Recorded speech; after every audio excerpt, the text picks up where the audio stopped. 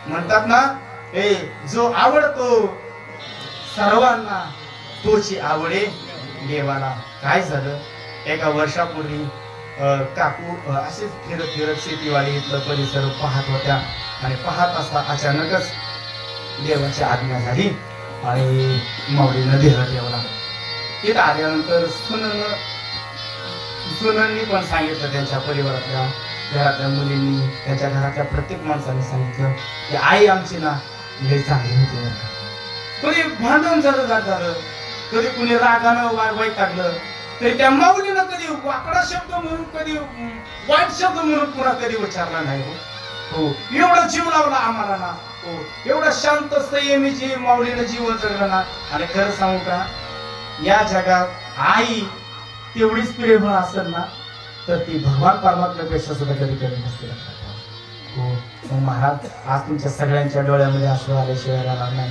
का माहितीये का, कारण आईचं जीवन सांगते आणि आई तशीच असते. हो, 9 महिने 9 दिवस लेकराला पोटामध्ये ठेवते. खरं सांगू का, आज खऱ्या अर्थानं आता अवताडे परिवार अख्खा त्या आईच्या प्रेमाला पोरका झाला बरं का. आईला मुलगी आहे.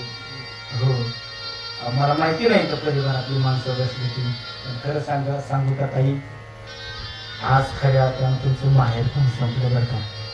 आईपासून माहेरची माया संपली, पुन्हा नाही बरं का माया. ज्याच्या आयुष्यात आईबाप जिवंत आहे ना, त्यांना माया कळत नाही. हो, पण एकदा आयुष्यातून आई निघून गेली आणि बाप निघून गेला ना, पुन्हा आईची माया आणि बापाचं प्रेम कधी मिळत नाही. हालाकीच्या परिस्थितीमध्ये सुद्धा ही लेकरं घडवली. आज एक नातू सुद्धा अमेरिकेला जर असेल ना तर ते उपकार कोणाचे असेल ना तर हे आजीचे, हे आमच्या काकूचे बरं का, हे आईचे होते. आणि हे प्रेम पुन्हा नाही करत. म्हणतात ना, विश्वाच्या मालकाला आई नसेल ना, अरे विश्वाचा मालक सुद्धा माय बापू जगाला भिकारी ठरवला.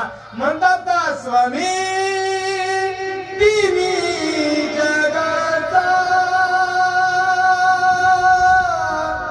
आई विना भिकारी. आज अख्खा परिवार माय बापू, आज या काकूंच्या जाण्यानं अख्खा परिवार आईच्या प्रेमाला पोरका झाला. हो, आज सगळ्यांच्या डोळ्यामध्ये अश्रू आल्याशिवाय राहणार नाही. अरे सुनला सुद्धा ज्या माऊलीनं लेकी एवढं प्रेम दिलं, ती सुद्धा सासू आईपेक्षा कमी नव्हती. हो माय बापू, आणि आज इथं कोणालाही कळणार नाही. इथं ज्याचं जळतं ना, तिथं त्यांनाच कळतं. आई काकू जरी आमच्या वयस्कर होत्या, म्हाताऱ्या झाल्या असतील, पण खरं सांगू का, इथं बसलेल्या प्रत्येक घरातल्या माणसांना सांगतो, त्या काकूचं प्रेम मात्र कधी तुमच्यासाठी म्हातारा नव्हतं बरं का. ते कधी कमी नव्हतं. म्हणून म्हणतात ना, किती प्रेमाला तळपत्या बुडात रख रख राहिलीस तू ग माझ्यासाठी.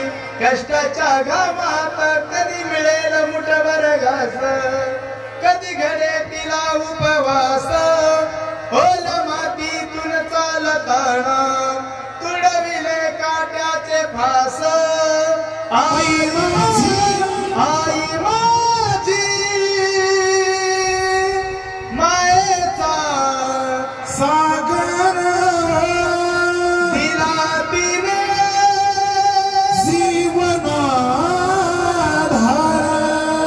जीवनाला आकार आणि आधार देण्याचं काम आई करते. म्हणून जिवंत आहे तोपर्यंत आई वडिलांची सेवा करायची सर्वांच्या प्रार्थना करतो. सेवेला पूर्ण विराम.